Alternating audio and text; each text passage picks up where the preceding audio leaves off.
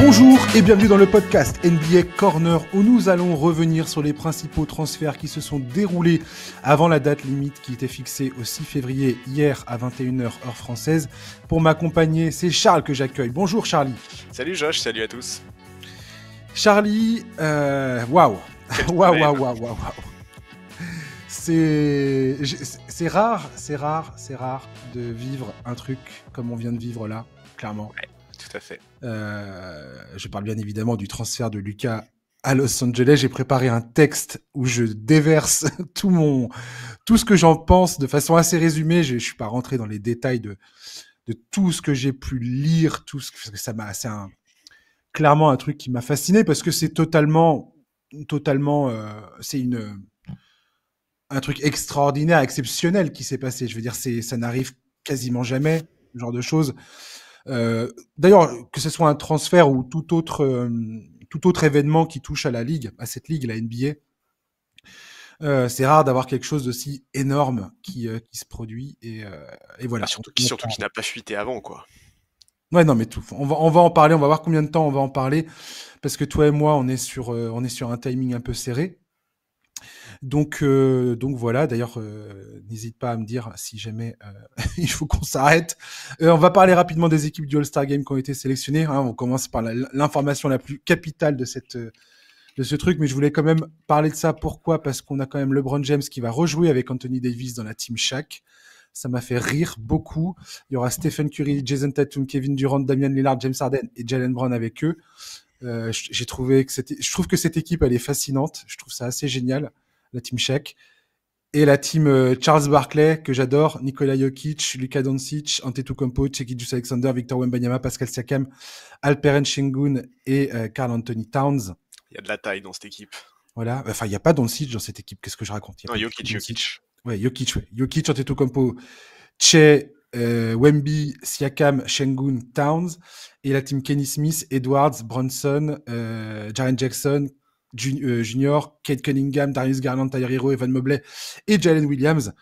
J'aime bien le fait que Charles Barkley ait fait une team monde. Ça me plaît beaucoup. Ouais, je suis d'accord avec toi. Je suis tout à fait d'accord. C'est une équipe que j'ai assez hâte de voir jouer aussi. Je trouve que, en fait, presque chaque équipe a sa propre identité et c'est assez marrant. La team Shaq, c'est vraiment un peu, t'as l'impression, il a fait un All-Star Game 100% américain avec LeBron, Curry, AD, KD, Harden. Enfin, il y a vraiment. Il a fait une team USA. Ouais, tout à fait. Clairement, quoi. Tout à fait. Il a fait une grosse team USA et ça me fait rire qu'on va avoir ce duel. Enfin, j'espère vraiment que ça va être que le deuxième match, ça sera ça. Je sais pas comment ça va être déterminé le premier, enfin le carré, les rencontres avant la finale. Ouais, je sais pas du tout. Je sais pas comment ça va être décidé. Et même la team Kenny Smith, je trouve qu'elle est marrante. Enfin, c'est un peu, c'est un peu les joueurs un peu sous-cotés, quoi. Les Jalen Brunson, Jaren Jackson, Cade Cunningham, Garland, Mobley. Je trouve ça sympa. Je pense que cette équipe-là, elle va se donner. On verra bien comment ça va se passer. J'aimerais bien avoir le dernier match qui oppose la team Shaq à la team Chuck. Mais on verra bien. Le All-Star Game, je le rappelle, sera joué le 16 février, dans la nuit du 16 au 17, je crois. Février, c'est ça. Ça se joue à San Francisco, dans le stade des Warriors. Donc voilà. Et les coachs, ce sera Mark Daigneault à l'ouest et Kenny Atkinson à l'est. Charlie, on va parler donc des transferts. On va commencer par Luka Doncic aux Lakers. Donc j'ai préparé un texte que je vais lire. Tu pourras ensuite réagir, bien évidemment, après coup. Ok ? Allez, c'est parti. Ce moment restera à jamais gravé dans l'histoire. Le week-end dernier, nous avons appris que Dallas, par la voix de son général manager Nico Harrison, envoyait Luka Doncic aux Lakers avec Maxi Kleber contre Anthony Davis, McChristie et le premier tour de draft de 2029. Une annonce complètement irréelle pour la majorité des fans, tant l'opération ne fait aucun sens au premier abord. Une question s'est imposée immédiatement. Pourquoi une franchise en possession d'un talent générationnel de 25 ans, qui enchaîne les sélections dans les All-NBA First Team depuis son entrée dans la Ligue, qui a conduit l'équipe en finale de conférence à plusieurs reprises, puis en finale NBA la saison dernière, grâce notamment à sa capacité rarissime même parmi l'élite de la NBA, a augmenté son niveau de jeu en play-off et dans les moments décisifs, qui est adoré par les fans, qui a reçu la bénédiction de la plus grande légende ayant porté le maillot des Mavericks en la personne de Dirk Nowitzki dès son arrivée, et qui était parti pour porter cette équipe pour au minimum les 10 saisons à venir, se débarrasserait du jour au lendemain, littéralement, de lui. Et surtout, comment est-ce possible que ce ne soit que pour cette contrepartie ? Vous voyez, je sais qu'Anthony Davis est un excellent joueur. Parmi l'élite de la NBA, aucun doute là-dessus. Mais objectivement, il a 32 ans, il est souvent blessé et il n'a plus beaucoup d'années devant lui à ce niveau d'excellence. Critiquer ce transfert n'a jamais été une critique de ses qualités en tant que superstar dans cette ligue. C'est juste qu'on n'avait jamais vu un joueur comme Luka Doncic, pour toutes les raisons que je viens d'évoquer à l'instant, être transféré de la sorte. Mais admettons que Nico Harrison, comme il l'a expliqué sans conviction lors de sa conférence de presse après le transfert, parfaitement relayé par un bataillon de journalistes, que Dallas voulait se débarrasser de lui vraiment. Parce qu'ils avaient peur qu'il ne reste pas, ce que Doncic, qui venait d'acheter une maison à Dallas, a réfuté à 100% à la première occasion qu'il a eue. Parce qu'il n'était pas sérieux sur sa condition physique. Il aurait dépassé, quelle horreur, la barre des 125 kilos, nous a-t-on dit. Que ce gras du bide n'était dès lors pas en mesure de défendre au niveau qu'exige la conquête d'un titre. Ce qu'il aurait prouvé en finale la saison dernière, selon un journaliste comme Brian Windhorst. Je rappelle en passant, ce qui n'a jamais été quasiment rappelé pendant ce temps-là, qu'il était blessé pendant cette finale NBA. Ce qui ne l'a pas empêché de porter son équipe jusqu'en finale, où les Mavericks se sont inclinés face à l'une des meilleures équipes de l'histoire de la NBA, affichant, soit dit en passant, la meilleure attaque jamais enregistrée par la Ligue. Ou encore parce que, au final, peu importe les raisons stupides qui nous ont été données jusqu'à plus soif pour justifier tout cela. Jamais de la vie. Si tu es un front office qui fonctionne normalement, tu ne négocies avec une seule équipe pour un package inférieur à ce que les Lakers ont déboursé pour faire venir Mark fucking Williams des Hornets pour compléter le roster après coup avec les assets qu'il leur restait miraculeusement. Et personnellement, c'est ça qui me dérange et qui me fait penser qu'il y a une autre explication derrière ce transfert qui sportivement n'a rien de normal. Au contraire, non seulement on n'a jamais vu un joueur générationnel de 25 ans être transféré à l'entrée de son prime, mais ni lui, ni son agent Bill Duffy, qui est un vétéran dans le métier, n'ont été informés de l'opération. Danny Ainge, qui travaille pour le Jazz d'Utah, qui s'est greffé à l'échange pour récupérer un joueur et de second tour de draft, n'a rien su de ce qui se passait avant les 30 dernières minutes. Et on nous dit aujourd'hui qu'il est très énervé à ce sujet. On n'a jamais vu un GM négocier en catimini avec un confrère, même si ce sont des amis de 20 ans, sans faire monter les enchères. Dallas veut gagner maintenant ? Soit, mais tu récupères tout ce qui est possible de récupérer dans ce cas. Tu veux que ce soit avec les Lakers pour récupérer Anthony Davis ? Ok. Mais tu prends le pick de 2031, tu prends Dalton Knecht en plus. Et ne commencez pas à me dire que Pelinka a réussi à embobiner Nico Harrison tel un maître Jedi pour qu'il accepte une offre moindre. S'il vous plaît, merci de respecter un minimum l'intelligence générale des fans qui suivent cette ligue.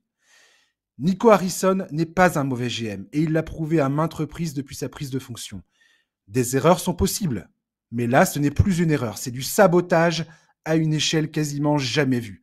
Avant cette opération, il a fait venir Kyrie Irving contre l'avis de tout le monde et ça a été un succès. Il a drafté Derek Lively, il a signé Derrick Jones Jr., il a fait l'échange pour faire venir PJ Washington et Daniel Gafford l'an dernier, propulsant l'équipe parmi l'élite défensive de la Ligue jusqu'en finale NBA. Je répète, parmi l'élite défensive de la Ligue.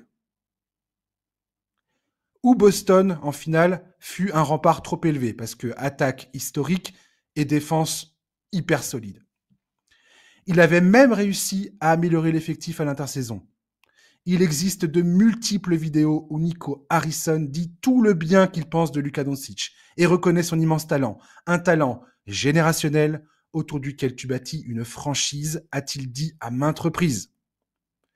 Je ne sais pas avec certitude ce qui s'est passé, mais personnellement, l'entreprise d'enfumage généralisée qui était organisée autour de ce transfert m'a donné la nausée.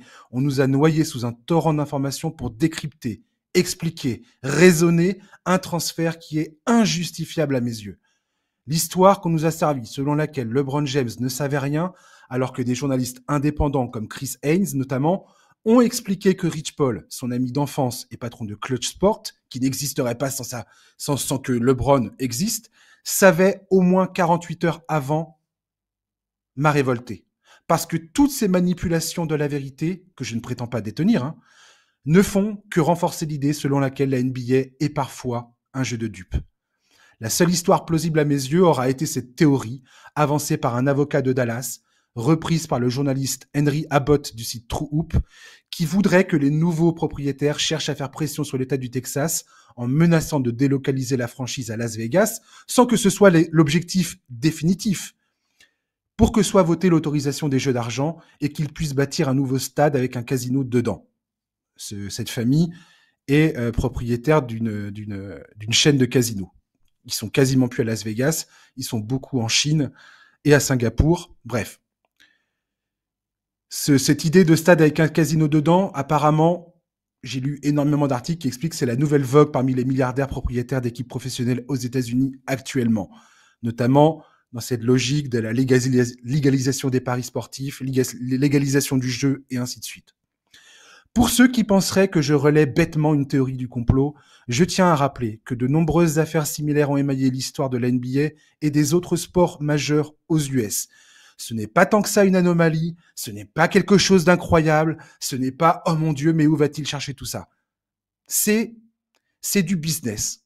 Et en tant que fans, nous sommes trop souvent obnubilés par la dimension sportive, en oubliant parfois que les intérêts privés autrement plus importants des milliardaires propriétaires des franchises prennent le dessus sur tout le reste et sur ce qui nous paraît à nous raisonnable, réfléchi et acceptable.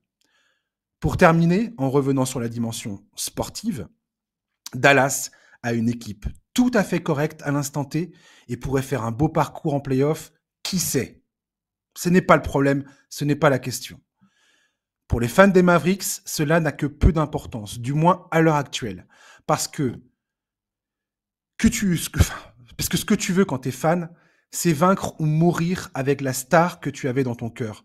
De toutes mes lectures depuis le transfert, j'ai compris plus que jamais la relation profonde qu'avaient les fans de Dallas avec Luka Doncic, l'amour qu'ils avaient pour lui, la volonté qu'ils avaient de vivre 10 ans de leur histoire de fans avec lui. Titre ou pas titre, aucune importance. Tant que lui, Luka Doncic, portait leur maillot, défendait leur couleur et qu'ensemble, ils avançaient vers l'avenir, aussi incertain soit-il et malgré les éventuelles frustrations.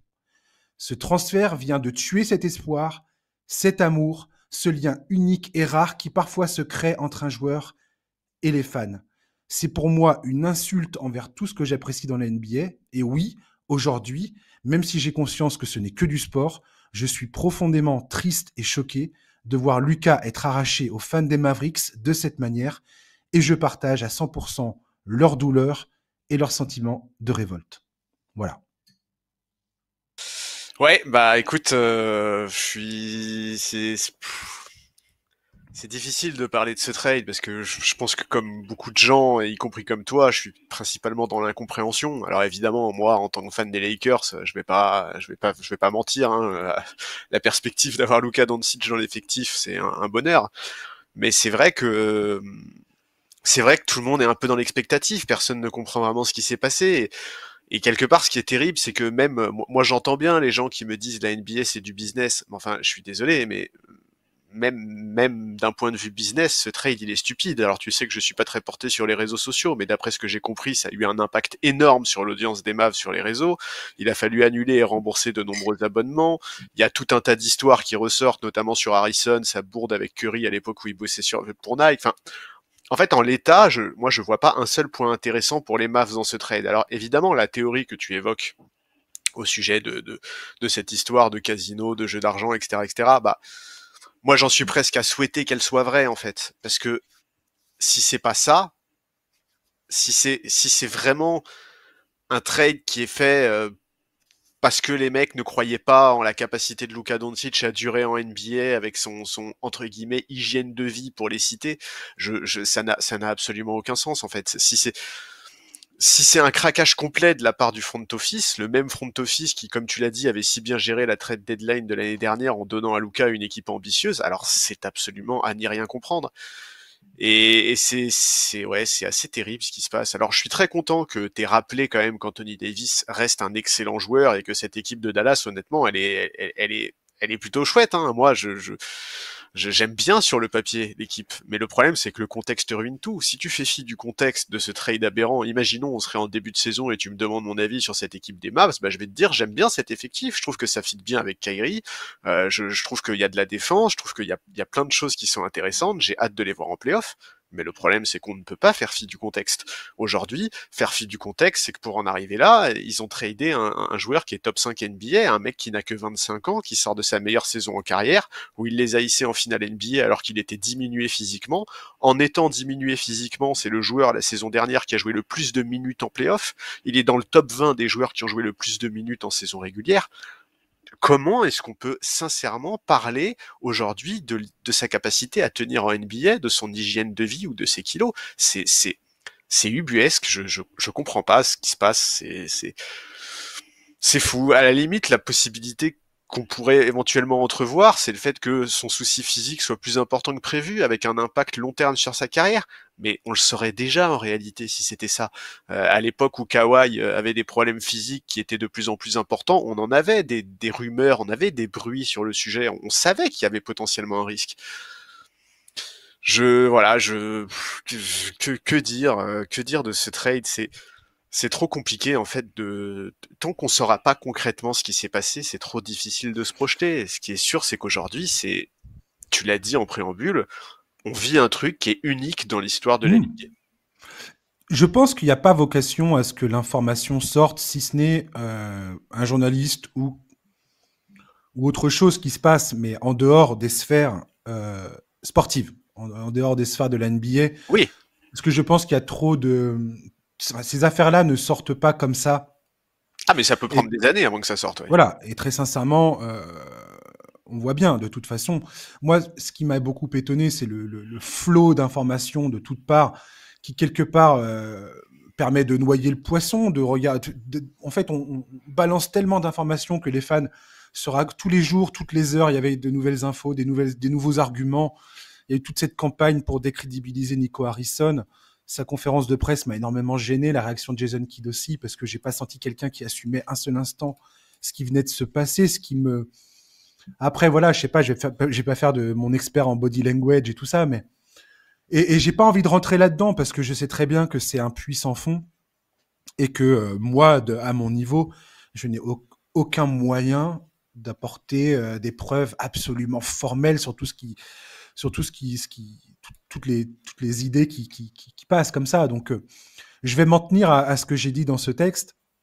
Et voilà, ça rend tout ça, pour moi, très difficile de juger. Enfin, j'ai beaucoup de mal à juger ça d'un point de vue sportif, très clairement, je te le dis. Hein.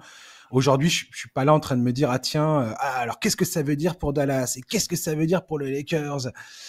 Parce que, comme tu l'as très bien dit, enfin, ce que j'essaie de mettre en exergue dans mon histoire, on a le départ d'un joueur qui devait rester potentiellement 10 ans dans son club, dans son équipe, dans sa franchise. Et c'est ça qui a été transféré, c'est ça qui est parti. C'est pas juste un joueur, c'est pas juste un joueur pour des assets, on a privé toute une fanbase d'un avenir. Et ça me contrarie énormément. Et plus j'essayais de me mettre dans la peau d'un fan de Dallas, plus je me dis que franchement, j'ai écouté un podcast de 2h30 là, d'un gars, d'un fan de Dallas qui a un podcast sur Dallas, je sais plus comment ça s'appelle, et qui a fait un espèce, tu sais, où tous les fans venaient comme ça, il a pris je sais pas combien de personnes qui venaient dire un peu ce qu'ils pensaient du transfert, quoi. et ouais, c'était très émouvant, c'était très émouvant. Et voilà, bon, on sort du côté sportif. Le transfert qui a été fait par la suite pour faire venir Caleb Martin en échange de Quentin Grimes et un second tour de draft de 2025 qui part dans l'affaire. Je me suis dit, mais c'est voilà. Là, ils échangent un mec de 24 ans qui est bon contre un mec de 29 ans qui est blessé. La stratégie court-termiste dans laquelle s'inscrit Dallas aujourd'hui. Donc on est en 2025, on va dire que dans 3-4 ans potentiellement, cette équipe elle va être, elle va ressembler à plus rien du tout de ce que on connaît aujourd'hui. Clairement, c'est ça qu'il faut comprendre en fait. On a tous la vision de maintenant tout de suite, mais Luka Doncic c'était pour les 10 saisons à venir. Là, tout d'un coup, on vient de fermer on vient d'abaisser la durée des fans, l'espoir des fans à 3-4 ans, si tout va bien, quoi. Ouais, mais Si tout va bien. non, mais au-delà de ça, pour moi, c'est même pas ça le problème. Le problème, c'est que, Il y a plein de problèmes. Il y a je veux dire, oui, mais les fans de cette légion franchise, de problèmes. en fait, les fans de cette franchise, il y a cette figure tutélaire qui est Dirk Nowitzki et Luka Doncic, c'était l'héritier de Dirk, en fait. Sans même parler de Bien sûr, l'équipe va changer ou quoi. On s'en fout. C'est juste, bien sûr, Doncic était l'héritier de Nowitzki. c'est ça. Même lui, on sentait que ça lui plaisait beaucoup comme storytelling. Nowitzki jouait le jeu à fond. Enfin, il y avait une vraie filiation entre ces deux mecs-là. Et c'est incompréhensible ce qui s'est passé. T'as des articles, Charlie, enfin, sur la presse quotidienne à Dallas, de journalistes de Dallas, où tu lis ce qu'ils expliquent. Enfin, voilà, Luka Doncic était aussi apprécié que les légendes absolues du football américain, parce que Dallas, c'est plus une ville de football américain, pour le coup. T'as les Dallas Cowboys là-bas. Ouais. Euh, Ah, mais parce et, que, et ils expliquaient, Luka Doncic, il était au niveau des Emmitt Smith, de Troy Aikman. Alors, pour ceux qui ont connu les années 90 avec les Dallas Cowboys, vous savez de qui je parle, les autres, renseignez-vous. Mais il était à ce niveau de popularité. ouais. Alors, en plus, il était investi auprès de la communauté. Il Bien participait à plein sûr. d'opérations. Alors, bon, on va pas non plus, tu vois, faire passer Luka Doncic pour pour Non, le mais modèle personne dit qu'il parfait est absolu. exempt, il est pas exempt de critiques. On a Exactement. toi-même et moi-même dans ce podcast avons souvent critiqué Luka Doncic pour ses prises de bec un peu interminables avec les arbitres, son côté un peu enfant gâté, arrogant, tout ça. On a parlé de ça, mais je pense que les fans des Mavericks, ils en ont rien, ils en Mais tu avaient rien à m'étonnes. péter. Bah oui, tu m'étonnes. Non, mais c'est clair. Non, mais c'est. En fait, enfin, vraiment, je trouve que c'est fou. Et moi, je vais même te dire un truc, c'est que, mais en fait, si ça se trouve, dans cette histoire, il va y avoir que des perdants au final, parce que Peut-être. moi, je suis Luka Doncic, là, après ça, mais moi, à l'expiration de mon contrat, je vais là où j'ai envie d'aller pour jouer avec qui j'ai envie de jouer, en fait, tu vois. Ah Je bah crois, ouais, en ouais. fait, je crois tellement plus en ce système, tu vois, parce que qu'on le veuille ou non, en NBA, normalement, le système, c'est que les stars, elles sont intouchables, que vous le vouliez ou non, c'est comme ça. Quand une superstar du calibre de Luka Doncic est tradée, c'est qu'elle a demandé son Hyper trade. intéressant ce que tu dis là. Je vais rebondir là-dessus après si tu veux. Et c'est vrai que moi, Doncic, alors je suis ravi de l'avoir aux Lakers et je prie pour qu'il ait envie de prolonger et que nous on l'ait pendant les 10 prochaines années, tu vois. Mais, mais ouais, je sais pas, même Anthony Davis, c'est terrible ce qui se passe pour Anthony Davis, parce que toi, t'as eu la gentillesse de rappeler dans ton texte que c'est un joueur incroyable, etc., etc. Mais en fait, Anthony Davis, il est traîné dans la boue depuis qu'il y a eu ce trade, parce que tout le monde dit, mais c'est un scandale, la contrepartie est ridicule. Et c'est vrai, en fait. C'est juste que Doncic est un joueur qui est tellement fort que, bah, Mhm. même une contrepartie comme Anthony Davis de 32 ans, ça paraît absolument aberrant. Et encore une fois, on parle d'un joueur, Doncic, qui va être là pour 10 ans. La durée de vie d'Anthony Davis est limitée aujourd'hui, qu'on le veuille. Enfin, ça, c'est un fait. C'est pas, j'invente rien, quoi. Ouais, non, mais je suis d'accord, je suis d'accord. Alors, ces derniers temps, il est quand même moins blessé. Là, il sort d'une saison à plus de 75 matchs. Là, il a quand même pas raté beaucoup de matchs non plus. Bon, mais dans l'absolu, t'as raison. C'est la timeline n'est pas du tout la même. Et ouais, en fait, c'est surtout, Ouais. enfin, non, Non, mais juste, oui. en fait, sans même rentrer, comment quand tu sors d'une finale NBA avec ton meilleur joueur qui est diminué physiquement, tu peux ne pas te dire, eh mais les gars, mais la saison prochaine, elle est à nous, en fait, tu vois. Charlie. Voilà, là, on recommence. Moi, c'est ça que je veux pas faire et c'est ça que je ferai pas dans ce podcast. Je suis désolé, mais je ne ferai pas l'analyse sportive de ce transfert qui, pour moi, C'est Oui, mais impossible de la faire. oui, mais si on parle pas de l'aspect sportif, Josh, on peut parler de rien parce que tout le reste, c'est des théories et des supputations, en fait. Non, bien sûr, non, non, euh, mais non, mais on peut parler d'autre chose. On peut parler du fait, par exemple, parce que là, tu me dis, ouais, comment Dallas peut sortir d'une finale NBA et ne pas se dire, on va, mais parce que c'est plus l'objectif. Là, clairement, ce transfert marque que c'était pas l'objectif. Nico Harrison a fait quelque chose avec l'aval du propriétaire. Le propriétaire donne son accord in fine pour dire, ok, c'est bon. C'est pareil, on a voulu nous dire, ah ouais, mais le propriétaire, il savait pas de quoi, Non, mais même les équipes de Nico Harrison, elles ont forcément bossé sur ce truc, tu vois, c'est pas lui tout Non, mais seul qui bien l'a sûr. fait. Oui, mais Non, mais donc, c'est pas lui, mais c'est pas lui tout seul, mais pas du tout. Donc, moi, je pense très sincèrement que Nico Harrison a fait ce qu'on lui a demandé de oui, faire. mais donc il y a un alignement du front office là-dessus et il y a un minimum de complicité parce que sinon ça aurait fuité en fait. Ça a duré 2 semaines. Je veux dire, Mais plus, ils ont oui, voilà. commencé début janvier à parler de ça. Et le fait que ça soit un circuit fermé avec les Lakers rend tout ça extrêmement louche. C'est totalement anormal. Non, mais en plus, Il n'y a, pas, y a pas de mot plus fort qu'anormal. les Mettez-le, extraits de discussion. trouvez-moi un mot plus fort que ça et puis mettez-le là parce que c'est n'importe quoi ce truc. Parce que les Lakers n'avaient jamais le meilleur package à proposer non seulement ils n'avaient pas les éléments pour faire le meilleur package, mais leur meilleure offre n'a même pas été nécessaire pour faire venir Luka Doncic. Ouais, ouais, non, mais c'est clair. C'est clair, Donc, c'est ça qu'il faut. excuse-moi, mais jamais de la vie, je regarderais ça en me disant que sportivement, j'ai envie de débattre de ce truc-là. Pour moi, c'est impossible. C'est impossible. Maintenant, j'aimerais rebondir sur ce que tu as dit par rapport euh, au pouvoir des superstars. Jamais une superstar ne se faire transférer, tout ça. Je suis un grand critique de LeBron James et je viens de le critiquer d'ailleurs. De dire je ne savais pas, bullshit, c'est faux. J'en suis persuadé que c'est faux. Aucune preuve, mais il y a plusieurs journalistes qui l'ont dit, Non, mais si Rich Paul est qu'il au est- courant, il est au courant. qu'il était au courant et c'est Eh oui, impossible qu'il ne le soit pas. Et je pense qu'Anthony Davis, je ne sais pas si un jour Anthony Davis lui en tiendra rigueur ou pas, mais ça, on le verra plus tard. Mais je pense pas parce que qu'est-ce que je veux dire? C'est que LeBron James, quelque part, quand tu vois ce qui se passe avec Luka Doncic, donc tout ce qu'on vient de dire, ouais, 25 ans, top 5, top 3 NBA, dans son prime, blablabla.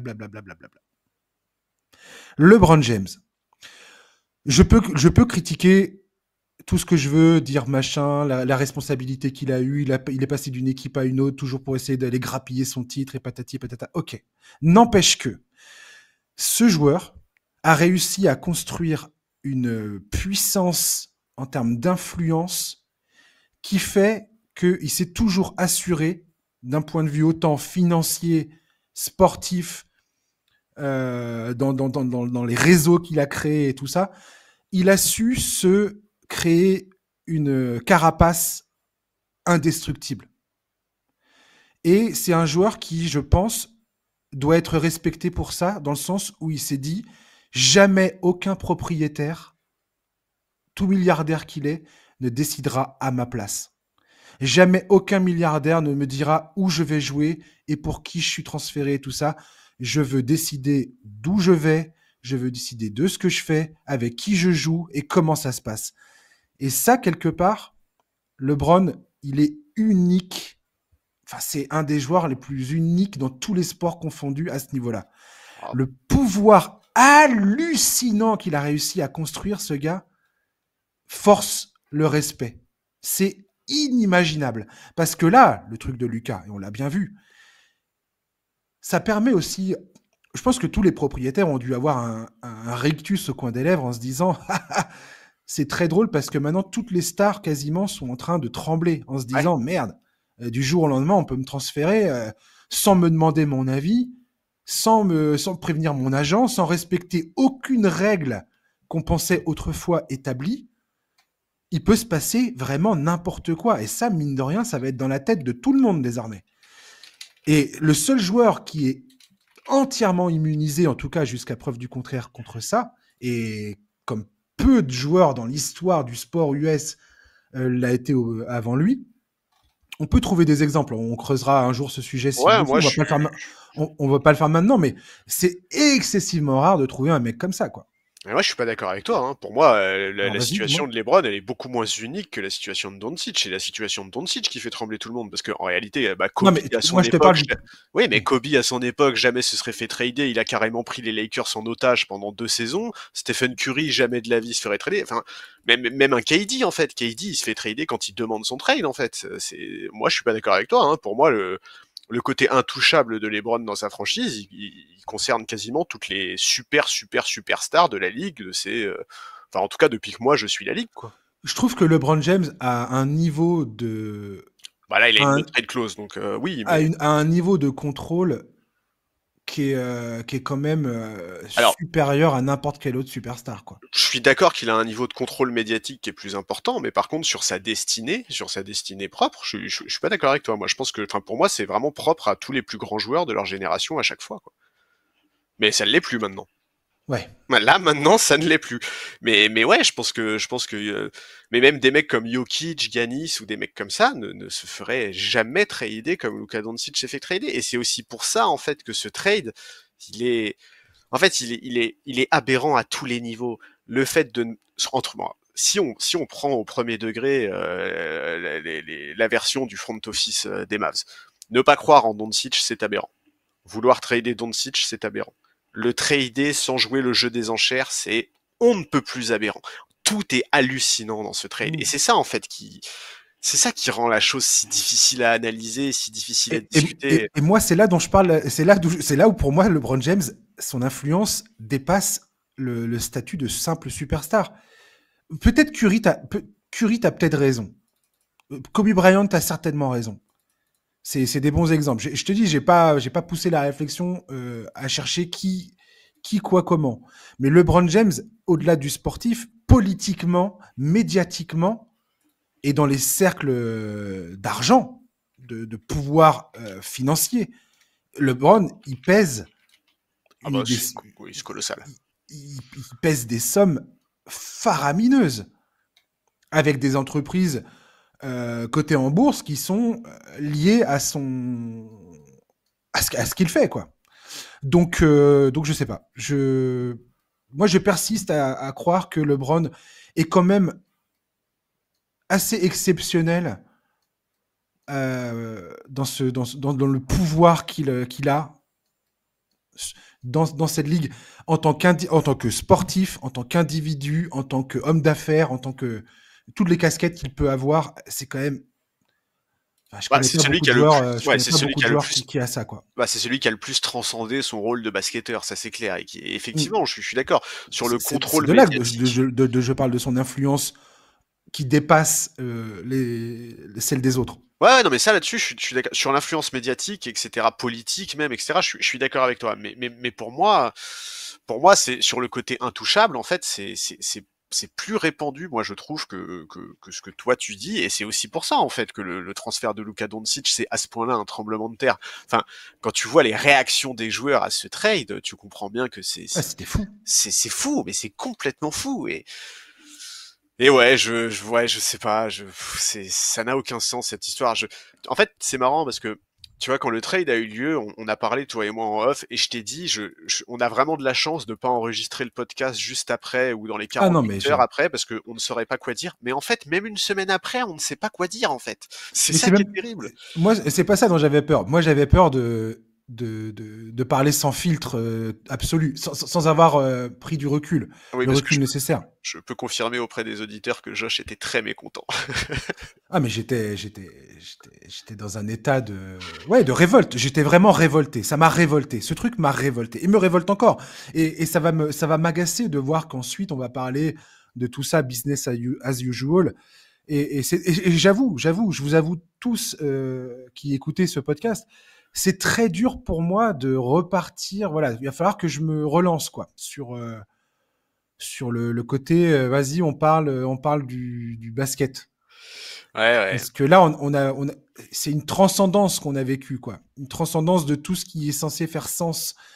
Et quand tu vois des équipes qui galèrent pour construire, pour avoir les assets, pour avoir les pièces nécessaires pour faire les transferts, récupérer des stars, construire, c'est ça que j'aime bien, moi, dans la ligue. Construire une franchise, comment tu fais, comment tu te dépatouilles, comment tu... Et là, tout d'un coup, putain, un truc qui n'a absolument zéro sens. Et les gars, ils récoltent un mec top 3 qui vient qui vient de porter son équipe en finale, quoi. Mais c'est trop pour moi. C'est Ouais, trop pour moi. Ça m'écœure, en fait. C'est comme si tu me mettais un entonnoir et que tu me gavais de sucre et que tu me disais c'est bon, hein. Bah non, j'ai envie de gerber, quoi. non, mais en plus, je veux dire, enfin, en fait, c'est terrible parce que, enfin, aujourd'hui, qui a envie d'aller à Dallas, en fait? Quel joueur aujourd'hui, en voyant ça, en voyant ce qui s'est passé, se dit, je vais aller à Dallas, je vais aller jouer pour cette équipe, pour ce front office. Ouais, Aujourd'hui, ouais, ouais, en plus, ouais. si t'es Kyrie, si t'es Anthony Davis, si t'es tous ces mecs-là, comment, enfin, Ils iront parce qu'il y a de l'argent, parce qu'il y a des contrats qui vont être offerts et ainsi de suite. On verra bien comment tout ça va être géré après coup côté Dallas. Je pense que Nico Harrison, il va garder carrément son boulot, puisque de moi, ce que je pense qu'il a fait ce que les propriétaires étaient tout à fait dans la confidence et tout à fait pour ce qui est en train de se passer. Donc je pense que eux ils sont très contents des services rendus par ce gars-là et qui c'est génial pour eux ouais, et qui vont pouvoir passer à autre chose, ouais, je sais pas. à ce qui les intéresse vraiment, quoi. Oui, mais Et puis d'accord. après on verra plus tard, tu vois.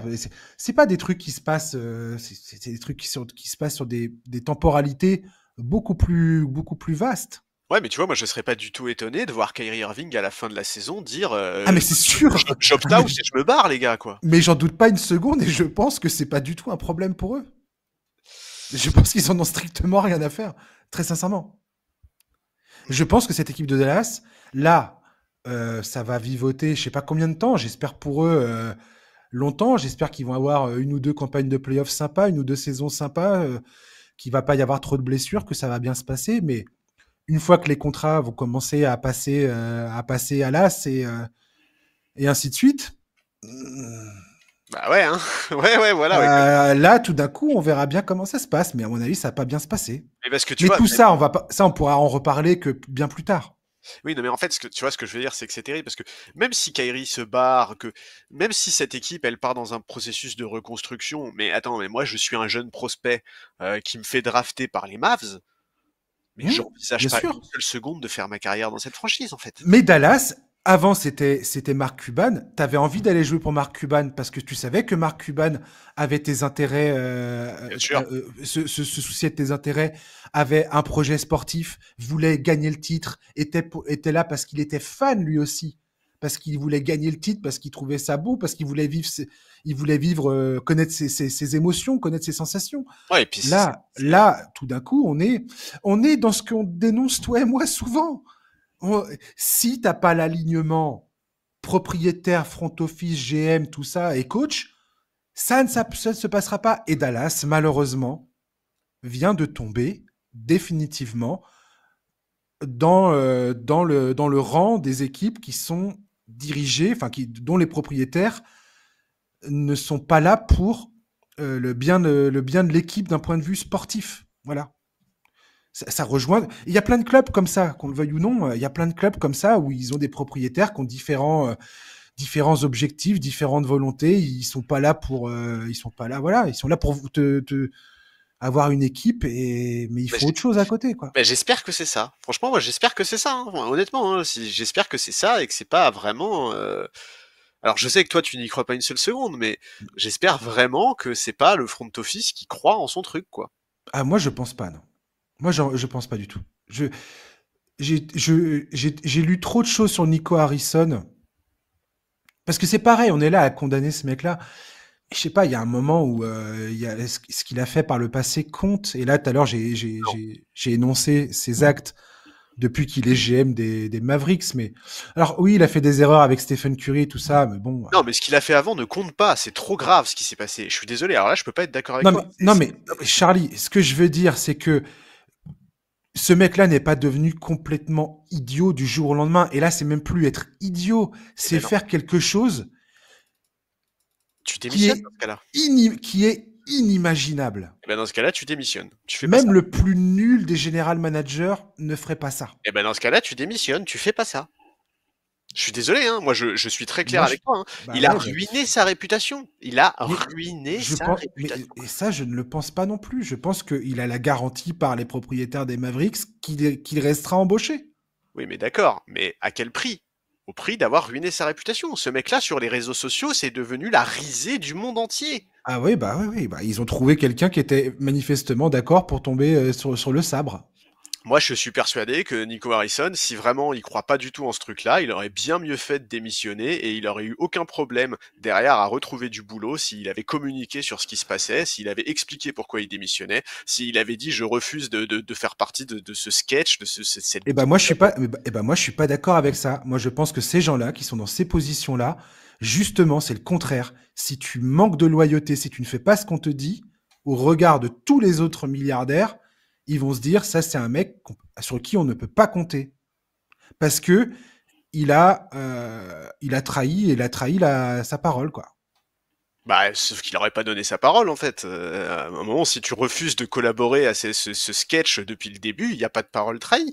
Et en plus, ce mec-là, il a des contacts partout. C'est un pote de 20 ans de Pelinka. Je suis persuadé qu'il aurait retrouvé du boulot. J'en suis absolument persuadé. Il est en contact avec tous les agents de la ligue. Il a bossé pour Nike. Il a bossé partout, ce type-là. Moi ça, je refuse d'y croire. Je suis persuadé que si il avait, je pense même que pour son image, ça aurait été positif, tu vois. Vraiment, hein, je pense que refuser ça, ça aurait été positif pour son image et qu'il aurait retrouvé du boulot. Et là, en fait, il est juste en train d'accepter de devenir le bouc émissaire de cette situation. C'est Et, sûr. et si tu deviens le bouc émissaire sans croire à ce que tu fais, ça n'a aucun sens. C'est les bouquins de Daniel Pénac, quoi. Tu peux pas faire ça. Je suis désolé. J'espère vraiment, j'espère vraiment qu'on aura un moment ou un autre le fin mot de cette histoire Ah, mais je l'espère aussi, hein. et un déroulé de quelle est la part de quelle est la part de comment tout ça est venu comment tout ça est devenu une réalité quoi. Ah ouais, mais je suis d'accord. Et quel a été le rôle de chacun.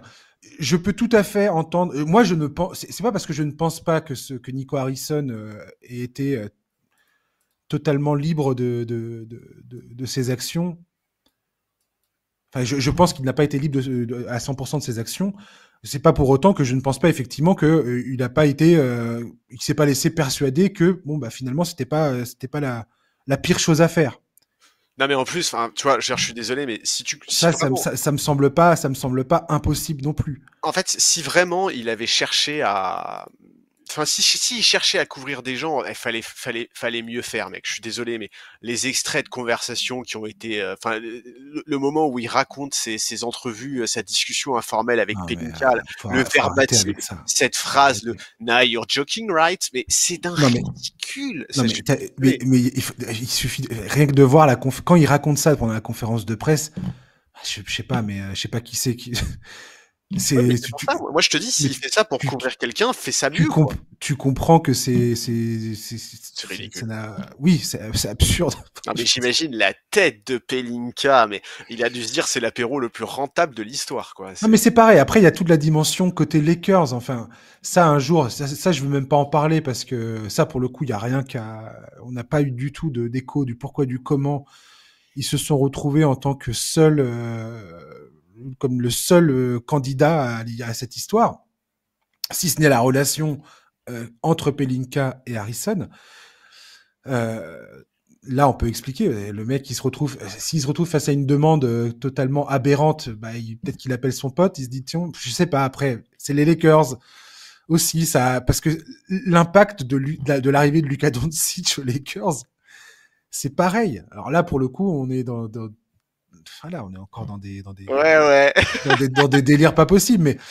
Mais l'impact de Doncic aux Lakers, C'est de la c'est folie. que tu remets les Lakers au milieu de la carte Oui, oui. garanti 100%, alors que Dieu sait qu'ils étaient bien dans la merde avec le départ de LeBron James qui était imminent et Anthony Davis qui est blessé tout le temps, Non, arrête, c'est plus le cas, ça.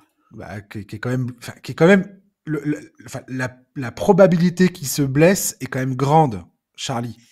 Qui, Hmm. qui ne soit pas blessé ces derniers temps, ok. Ah, ça fait Il a, quasiment 10 ans qu'il a pas enchaîné 2 saisons comme il est en train d'en enchaîner 2, là, hein. Voilà, mais non, mais voilà, donc là, Ah là, oui, ça, non, mais effectivement. c'est plus l'exception que la règle. Ouais, On est ouais. d'accord. Voilà, et les Lakers, je pense qu'ils sont en train de se dire, mais merde, en fait, on va perdre, on va tout perdre d'un coup, quoi. Et on Ouais, va ouais, non, mais c'est clair. retourner dans l'espèce de marasme qu'a été notre histoire entre le départ de Kobe et l'arrivée de LeBron, où on n'arrivait à rien faire, quoi. Ouais, ouais, non, mais tout à fait. Et là, tout d'un coup, bah, ouh, Ah, c'est et incroyable. LeBron va jouer encore 10 ans, Luka Doncic va être là, et c'est la teuf, quoi. Écœurant. Ouais, franchement, ouais, Euh, écœurant. on va terminer sur cette histoire. Qu'est-ce que tu peux me dire sur euh, l'arrivée de Mark Williams? Est-ce que tu as checké ça?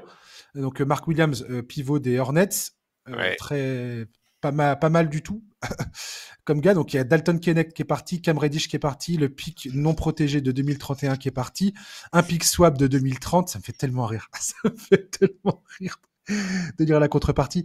Et donc, Mark Williams, c'est un joueur énorme envergure. C'est pas une joie défensivement parlant, Oh que non. mais c'est un profil pas mal pour jouer à côté de Luka Doncic et LeBron James. Qu'est-ce que tu peux me dire dans l'état actuel de cette équipe des Lakers? Qu'est-ce qu'on peut attendre des Lakers cette saison, Charlie?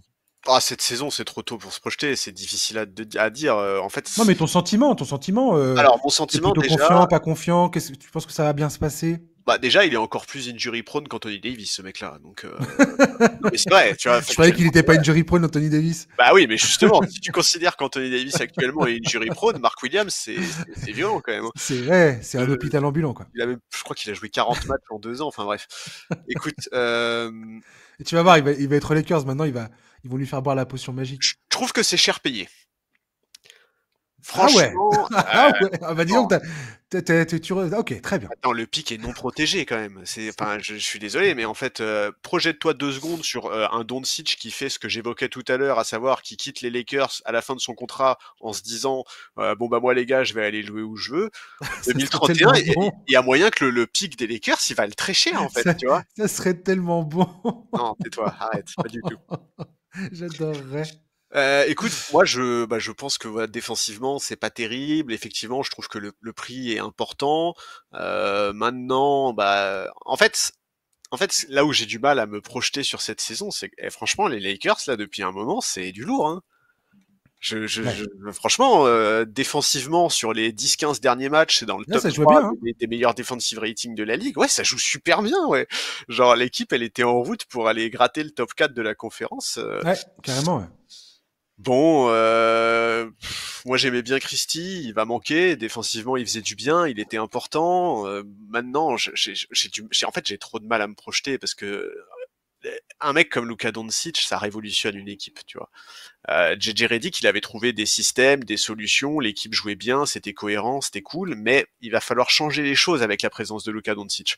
Donc, combien de temps est-ce qu'il va mettre à revenir? Comment est-ce qu'il va revenir? C'est trop difficile aujourd'hui de se projeter. La vérité, Josh, c'est que on s'en fout complètement de cette saison. C'est vrai. Tu vois, je suis désolé, hein, mais si t'as la moindre chance de te garantir Luka Doncic pour une décennie sous ton maillot, sacrifier une saison où t'aurais au mieux fait demi-finale de conférence, tout le monde s'en fout, quoi. Tout le monde s'en fout. Donc, bon, j'attends de voir, j'ai envie que ça marche bien. Moi, j'ai envie de prendre du plaisir en regardant Luka Doncic. D'ailleurs, je tiens à dire que vraiment, les premières images qui sont sorties de lui avec le maillot des Lakers, ça fait trop bizarre. Ça lui va pas bien le jaune. Ouais. Mais franchement, il est plutôt fit pour un mec de 147 kilos. Ouais, Franchement, ouais, c'est pas mal, hein. C'est pas mal, hein. il les cache bien ses kilos en trop, ouais. Bah écoute, bon voilà, cette équipe des Lakers, je te dis pour moi, elle est tellement anecdotique cette saison. Bon, c'est bien d'avoir gardé Austin Reeves, ça je suis très content. Je comprends l'intérêt d'avoir un mec aussi vertical pour jouer avec Doncic. Oui, il a du potentiel et on sait jamais hein, si ce mec-là, on arrive à le stabiliser sur le plan physique, on sait pas du tout quel niveau il va pouvoir atteindre. Mais bon, le pic non protégé, je trouve que c'est un peu beaucoup. J'aurais bien aimé qu'il y ait au moins une protection, tu vois, une petite protection. Mais bon, c'est. Et Ouais, puis parce que, l'autre chose aussi, ouais. c'est que ce pic, en fait, c'était le dernier asset que les Lakers possédaient. Tu vois. Parce que même pour Luka Doncic, je veux dire, même lui, il se retrouve dans une équipe qui est Oui, non, mais voilà, c'est ça. totalement déshabillée de tout asset de draft. Enfin, Exactement. Il n'y a plus rien, quoi. Il va falloir que Pelinka, tu vois, tout le monde, effectivement, il y a beaucoup de gens qui ont été dire que Pelinka était le meilleur général manager, que c'était incroyable, etc. Si Pelinka est le meilleur général manager, il va falloir qu'il le prouve l'été prochain. Parce que l'été prochain, il va y avoir du boulot. Non, mais ça reste un très bon général manager. Je suis d'accord que là, lui prêter une quelconque qualité sur ce trade, c'est aberrant, mais il va avoir du boulot l'été prochain, ouais, parce qu'il y a plus d'assets pour monter une équipe. Donc, on va voir, on va voir. On va voir. J'ai pas trop d'attentes pour cette saison. Par contre, effectivement, je vais vraiment surveiller d'un œil attentif ce qui va se passer l'été prochain. Et aussi Mark Williams. Moi, je suis désolé, mais si Charlotte le trade comme ça, c'est peut-être qu'il croit pas du tout en lui, tu vois. Donc bon, on va Écoute, voir. on verra bien. Là, les fans des Lakers, je te jure. Enfin, on y est pour rien. Hein. Laissez-nous tranquilles. Hein. Ah là là là On y est là pour là. rien, nous. Je sais où t'habites, Charlie. Je vais venir. Je suis pour rien. J'ai rien Je fait, vais, moi. je vais venir te chercher, moi. Euh, on a eu le transfert de De'Aaron Fox aux Spurs. Les Spurs n'ont pas lâché tous les joueurs qu'on pensait qu'ils auraient dû lâcher dans Tout à cette fait. histoire. Ils ont juste laissé partir Zach Collins et Trey Jones. Excellent deal pour les Spurs au final, parce qu'à partir du moment pour moi, tu gardes Devin Vassell, tu gardes Stephen Castle, tu gardes même comment il s'appelle, Jeremy Sohan et Keldon Johnson. Qu'est-ce que tu veux? Enfin, pour moi, c'est génial ce qu'ils viennent de faire les Spurs là. C'est extraordinaire et alors ils viennent d'accélérer comment dire la timeline de cette franchise. Ouais. C'est-à-dire que alors je pense que ça correspond à la volonté de Victor Wembanyama très clairement. Il a envie d'être et il est fort. Il est déjà fort maintenant. Je veux dire dès la saison prochaine, les Spurs.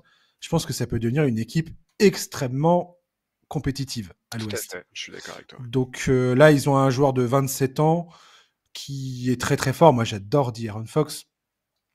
J'ai hâte de voir comment le shooting dans cette équipe va réussir à prendre forme. C'est-à-dire qu'ils vont avoir besoin de shooters extérieurs. De'Aaron Fox, il a eu, je crois que l'an dernier, il était à 37%. Là, cette saison, il est redescendu à 32%. Des fois, il n'est pas super fiable au lancer franc. Mais il a vachement fait de progrès dans le jeu en pick and roll. Alors, il était clutch la saison passée. Il a eu le trophée du Clutch Player of the Year. Cette saison, c'est un peu moins ça. Mais je pense qu'il était aussi un peu moins motivé cette saison. Il y avait plus de tension à Sacramento et je pense que il y a un problème aussi de motivation le concernant. Donc voilà, franchement, les Spurs, excellent coup et j'espère vraiment que ça va leur permettre d'arracher au moins une place au play-in, quoi. Ah ouais, Vraiment. absolument, il le faut ça. Moi, je suis d'accord. Moi, je veux absolument qu'il soit au play-in. Je pense que c'est important pour la progression de Wembanyama de commencer à disputer ce genre de match et pourquoi pas même aller en play-off. Hein. Écoute, bah oui, je suis d'accord avec toi. C'est un superbe coup parce que tu lâches pas Castle, parce que tu lâches pas les trucs que tu ne voulais pas lâcher. Moi, je maintiens que à terme, je suis pas sûr que De'Aaron Fox soit le lieutenant que tu veux pour Wembanyama. Je pense que il va falloir lui donner un contrat très important et que donner plus de 30% de ton cap à ce mec-là dans quelques Ouais, temps, tout à fait. ça peut Je suis devenir un problème. absolument d'accord avec ça.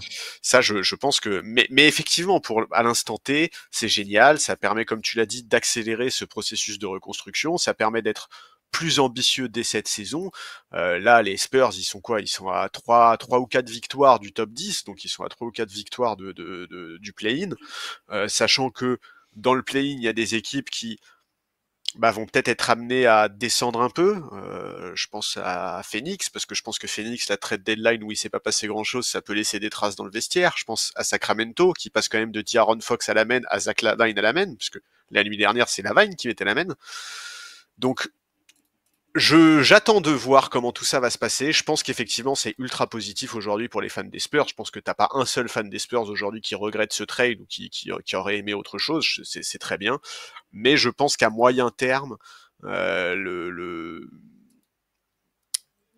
les prolongations de De'Aaron Fox vont être à surveiller de très près. Ouais, complètement. Va falloir voir comment ils arrivent à financièrement faire du sens avec ça. De Ouais. toute façon, là, maintenant qu'il est là, ils vont voir. Est-ce que c'est un joueur sur lequel il faut absolument mettre enfin, à qui il faut faire des promesses financières qui vont être contraignante. C'est-à-dire que si tu prolonges Fox au max, ou enfin le maximum que tu peux le signer, ça veut dire que tu lis son destin à celui de Victor Wembanyama pour Tout à fait. plusieurs saisons, et des saisons extrêmement importantes dans la carrière de Victor.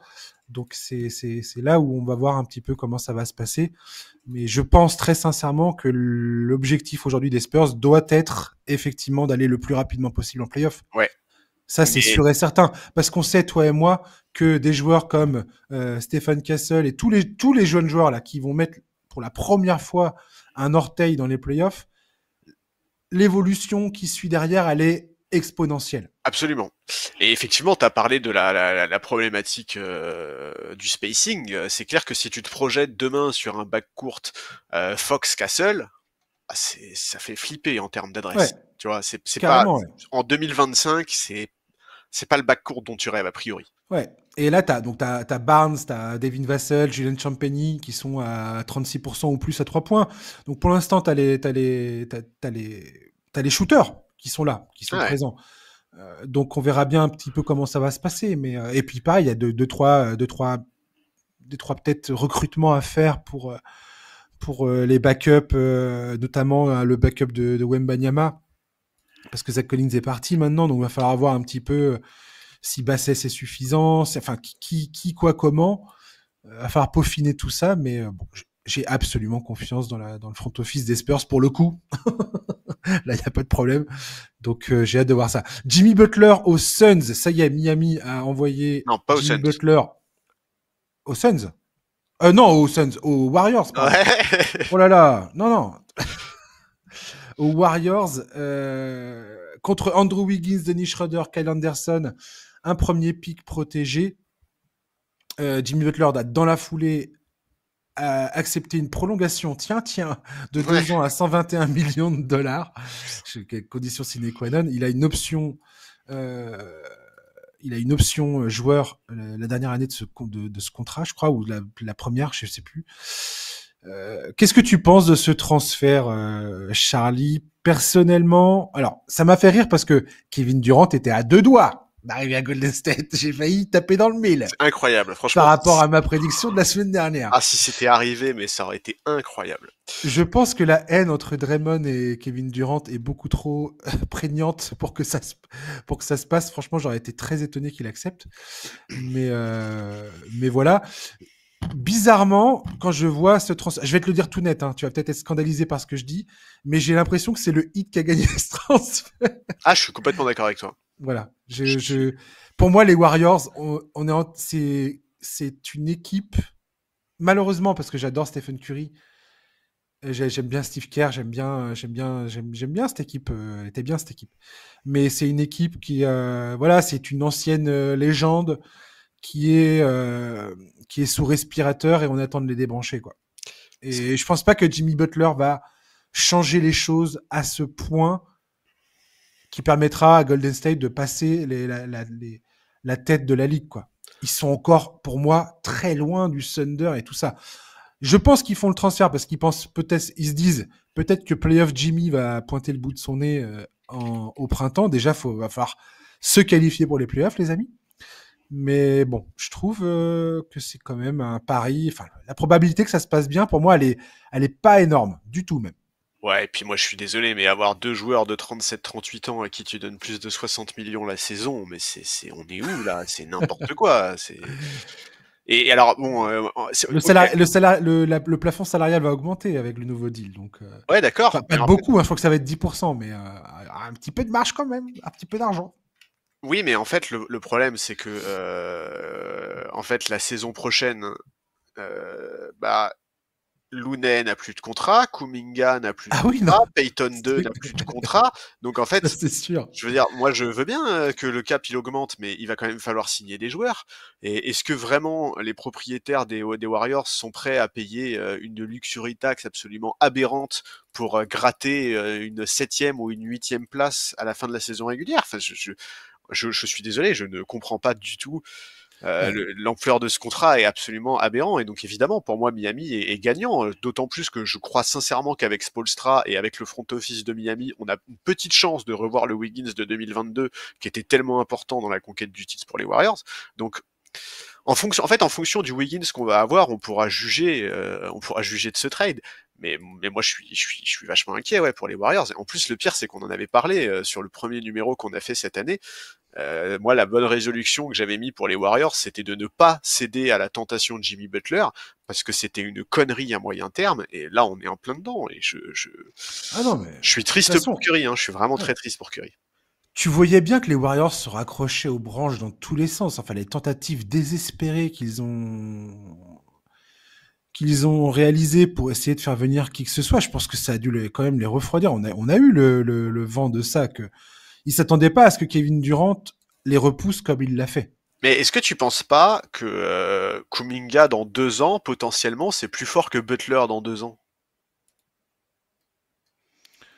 Peut-être, mais en fait, je pense que là, Curry et Draymond Green, c'est maintenant ou jamais, quoi. Mais Tout c'est simplement. jamais. Non, mais il faut arrêter, Non, c'est mais jamais. c'est jamais. Mais aux yeux de, je pense que pour le front office des Warriors, l'important c'est de dire à Curry, hey, regarde, on essaye de te mettre bien jusqu'au bout, on tente le tout pour que ça ressemble à quelque chose, quoi.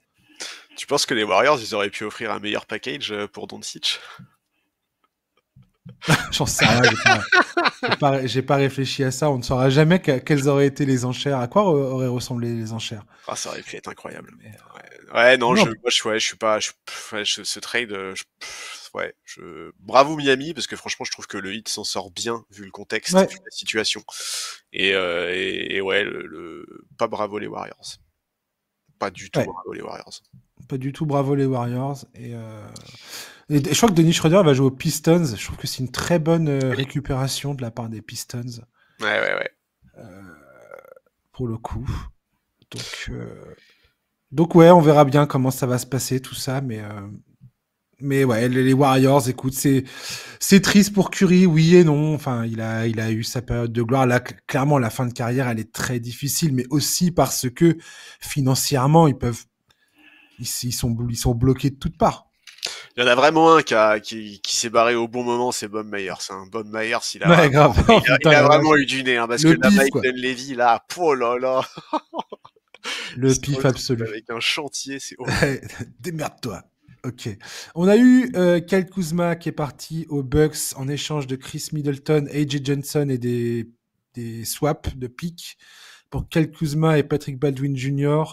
et des seconds tours de draft. On sait que Patrick Baldwin Jr. a été immédiatement redirigé par la suite.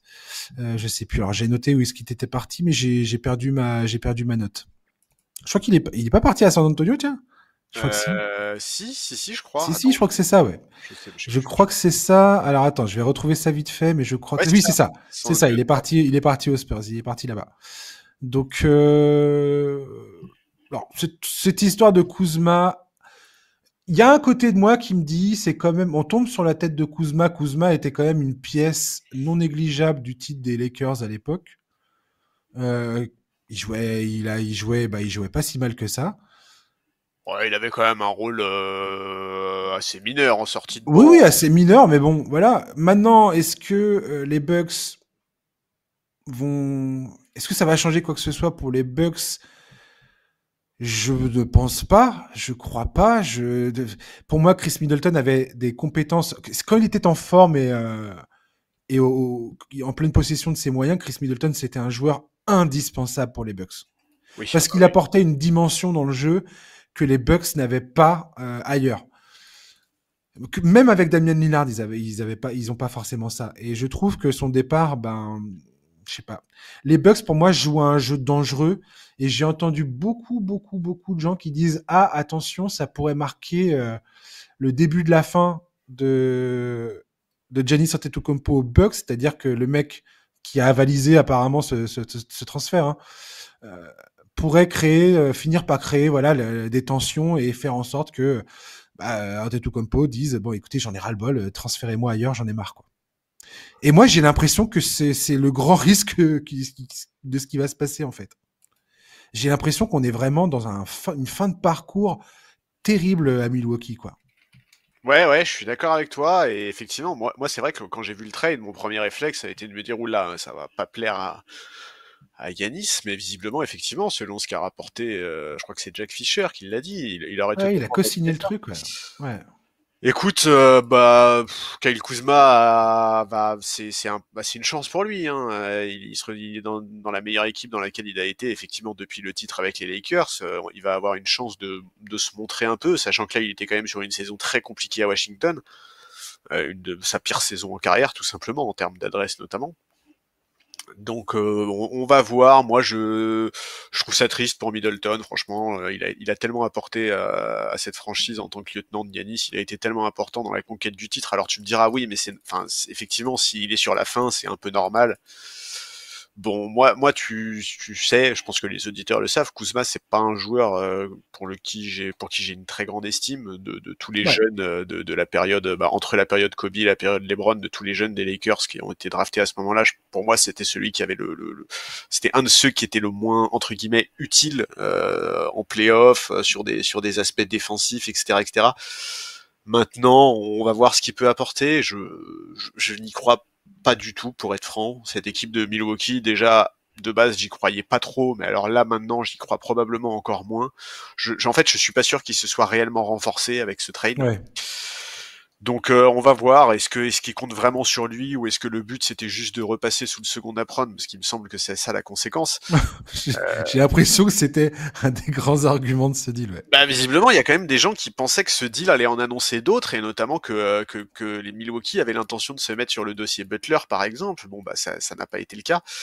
Enfin, ou en tout cas, c'est pas eux qui ont remporté le morceau, mais bon, je suis pas convaincu, hein, mais après, j'ai un biais avec Kyle Kuzma. Effectivement, c'est un joueur que je trouve inefficace, Il soliste. l'est, ouais. Enfin, je trouve que c'est vraiment un croqueur, en fait, et que c'est un croqueur qui n'est pas soluble en playoff. Voilà.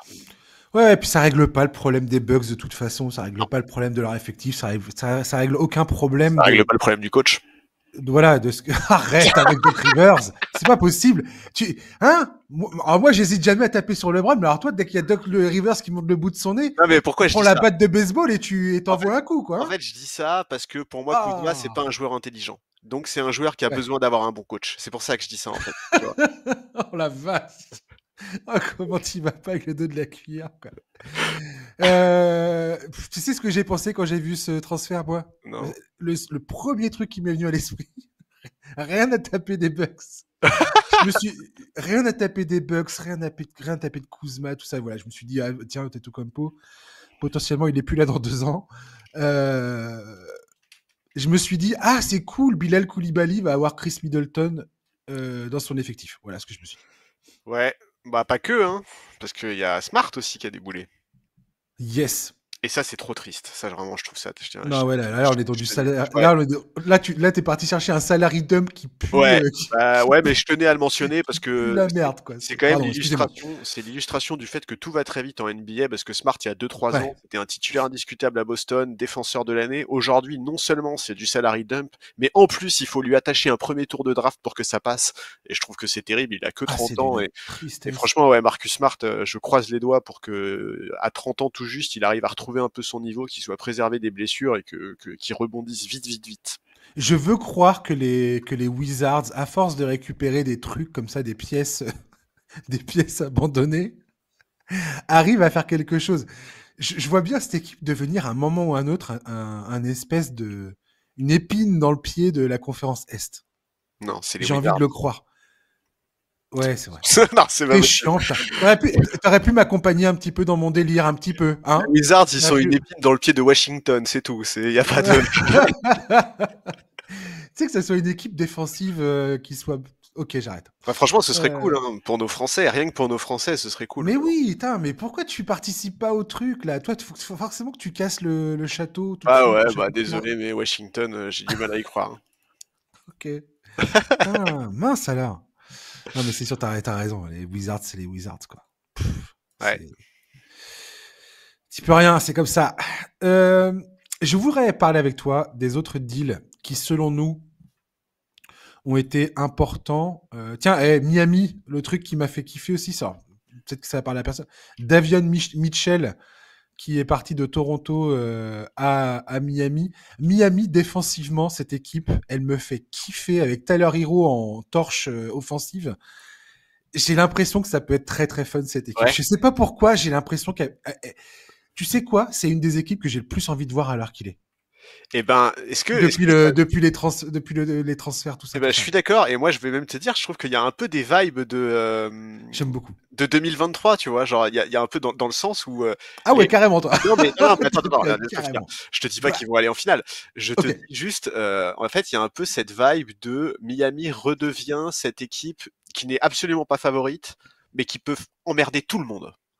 Ouais. Tu vois, vraiment, ils redeviennent un peu cette équipe. Alors évidemment, il y a plus Butler pour nous sortir des playoffs de fou furieux et nous faire des matchs à 50 Ouais. points quand il Ouais, ouais. faut. Mais il y a quand même, je trouve qu'il y a quand même quelque chose dans cette équipe où Ouais, mais comme t'as dit, à Spolstra, tu lui donnes des petites pièces comme ça, ah ouais. Wiggins, machin, tout ça, nanana, Davion Mitchell, il va t'en faire des cracks et des espèces de bulldogs Et oui, qui vont croquer les fesses de tous les adversaires, et quoi. tu vois, moi là, je suis Cleveland, Boston ou New York, là sur le podium à l'est. Je regarde un peu le classement et je me dis, ah ouais, quand même, si je pouvais éviter Miami au premier tour, je serais pas mécontent, quoi. Je serais sûrement moins fatigué après. Ouais, voilà. Si je pouvais éviter l'équation Spoelstra là, Ouais, voilà, je ouais. serais content. Spolstra, Adebayo et toute la clique, là. Ah ouais. Dans les deals pour moi, sortent vraiment du lot, il y a eu Cleveland qui récupère DeAndre Hunter d'Atlanta pour Nyang et Caris Levert. Franchement, si DeAndre Hunter reste en bonne forme, laisse tomber. Ah, pour moi, c'est le Pour moi, meilleur. c'est potentiellement la meilleure recrue pour la saison là, tout de suite, Ouais. pour la course au titre. Et Boston qui récupère Torrey Craig, qui est secrètement un sacré super bon move, quoi. Ouais, bah moi, pour moi, DeAndre Hunter à Cleveland, c'est exactement ce qu'il leur fallait. Je trouve que c'est incroyablement pertinent. C'est génial. Si le deal de Luka Doncic n'avait pas existé cette semaine, pour moi, c'était le truc le plus incroyable de la semaine, vraiment. Hein. En fait, en fait, on parle de la meilleure équipe de la NBA hein, là, quand on parle de Cleveland, et pour moi, ils ont mis la main sur un super joueur qui était en train de faire une superbe saison, qui a vraiment l'air d'avoir passé un cap mentalement et qui correspond exactement à leur manque en fait. Ils avaient besoin d'avoir un peu de muscle sur les ailes, ils avaient besoin d'avoir un mec capable de défendre fort et dur sur ce poste-là. Et ils l'ont. Et Hunter, il est en train de faire une saison qui est incroyable. Ah Il est mais à... grave, on en a parlé toi et moi en parlant Et oui, d'Atlanta l'autre fois, l'importance qu'il avait en sortie de banc pour Atlanta, il est à 40% à 3 points, mais il est physique, il est... Non, laisse tomber. franchement, Et puis le mec, il peut franchement, te planter 26 points, 30 points en sortie de banc, sans verser une goutte de sueur, quoi. ouais, ouais. Alors, je dis pas, Caris Levert, franchement, il a eu des performances de dingo sous le maillot des Cavaliers. Il faut quand même le rappeler parce que, Oui, mais avec la montée en puissance de Ty Jerome, il est moins indispensable, tu vois. déjà, et il est moins, je trouve, régulier. Alors après, avec DeAndre Hunter, t'as vraiment le risque blessure. Pour le coup, Oui, lui, pareil, il est quand même souvent blessé, quoi. Donc, j'espère pour lui que ça va aller. Et depuis qu'il était dans ce rôle, justement, en sortie de banc, il était moins, je sais pas, il était moins sollicité, peut-être. Je sais pas ce que ça a pu changer. Moins de minutes. Je pense que si t'as un contrôle des minutes de jeu de DeAndre Hunter, c'est parfait pour lui, en fait. ouais, ou peut-être juste qu'il a vraiment passé un cap en termes de Peut-être, je sais maturité, tu pas, vois, et mais qu'il très fait bien, plus ouais. attention, qu'il est plus, tu vois, qu'il a changé ses protocoles d'avant-match, etc. Enfin, tu vois, il y a plein de possibilités.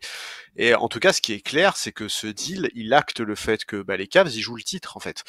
Aujourd'hui, Ouais. pour moi, c'est parmi les favoris, c'est l'équipe qui s'est le plus renforcée, et ça joue, enfin, ça a un impact, c'est important. Maintenant, moi, j'avoue que j'aimerais bien qu'on m'explique la stratégie des Hawks, quoi. Vraiment, là, Non, genre, là, pareil. non, mais Vraiment. vraiment, je ne comprends Alors, pas. attends. Il y a un truc que j'ai pas bien suivi parce que j'étais tellement pris sur les autres trucs. Trae Young, est-ce qu'il a demandé son transfert ou pas? Bah non, mais je vois pas pourquoi il le demanderait pas d'ici la fin de la saison. D'accord, ouais. En fait, là, en fait, je comprends pas parce que, alors, ok, il y a la blessure de Johnson qui rend difficile le fait d'être ambitieux pour cette saison, mais enfin, il va revenir, il va continuer à progresser, il a que 23 ans. Riza aussi, il va progresser. Daniel Sokungu, enfin, en fait, je pense que Hunter aurait pu être un joueur utile dans cet effectif pour l'avenir, et en plus de ça, ils ont pas leur pick. Leur pick, il est à San Antonio, il me semble. Donc, quel est l'intérêt de faire ce trade? Je comprends pas. Vraiment, à la limite, le seul intérêt, c'est qu'il y a un swap de pick avec Utah en 2026 et 2028, je crois. mais je suis pas convaincu. En tout cas, ce qui est sûr, c'est que quand ils ont vu le trade, les Spurs, ils ont dû se dire, bah, ça c'est génial, ça. Ça c'est génial parce que là, Atlanta va forcément Bah ouais, dégringoler au ouais. classement. Ils ont leur pic, quoi. Ils ont leur pic, ouais. Ouais, c'est bon, Résidu du transfert de Dejounte Murray. tout à fait. Qui lui aussi vit une très belle saison. Tiens, Brandon Ingram qui a été débarqué aux Raptors. Qu'est-ce que t'en penses de ça, tiens? Bah, moi je trouve un Je peu suis content étonnant. qu'il quitte les Pelicans, personnellement. Ouais, mais je trouve étonnant qu'il ait pas fini dans une équipe un minimum ambitieuse vu le prix. Tu vois, je pense que ça coûtait quand même pas grand chose. En fait, moi, j'attends de voir, j'attends de voir en fait, j'attends de voir ce qu'il va faire parce que sur Brandon Ingram, ces dernières semaines, on a entendu tout et son contraire. On nous a dit qu'il voulait un contrat à plus de 200 millions. Bah, je vois pas qui va lui donner, franchement, parce que je suis désolé, Non, mais ouais. j'adore Brandon Ingram, mais je pense pas qu'il les vale.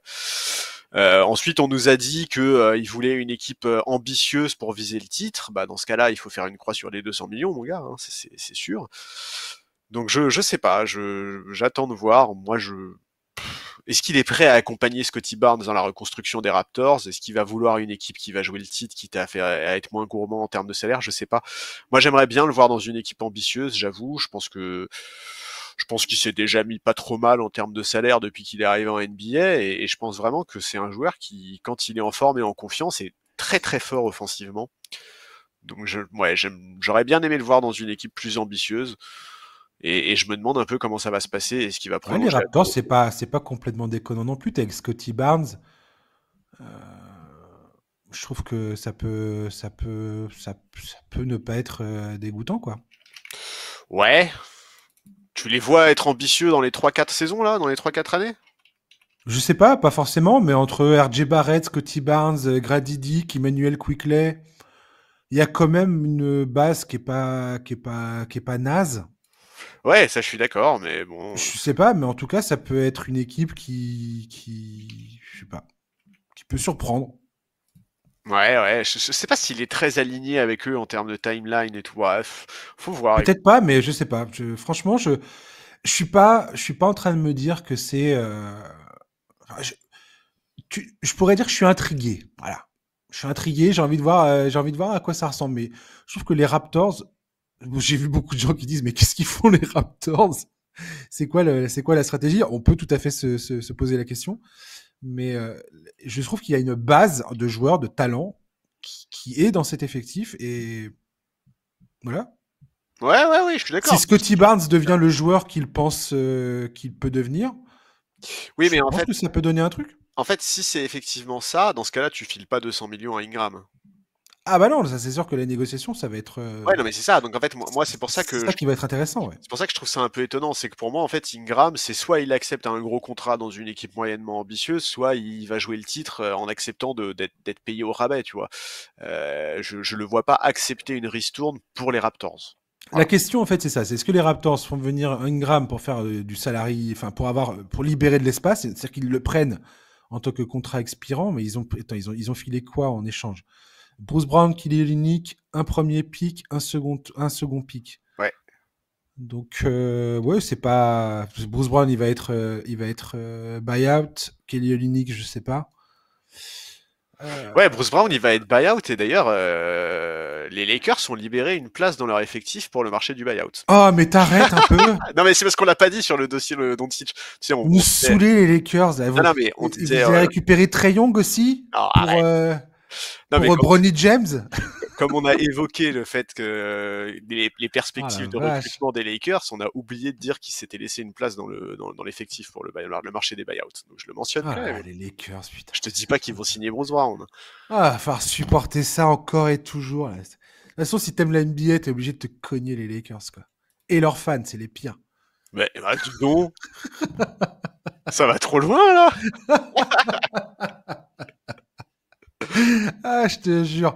Et dire qu'en plus, on va boire des coups ensemble, quoi. T'imagines, je suis pote avec un mec qui est fan des Lakers. Mais c'est pas Ouais, bah possible.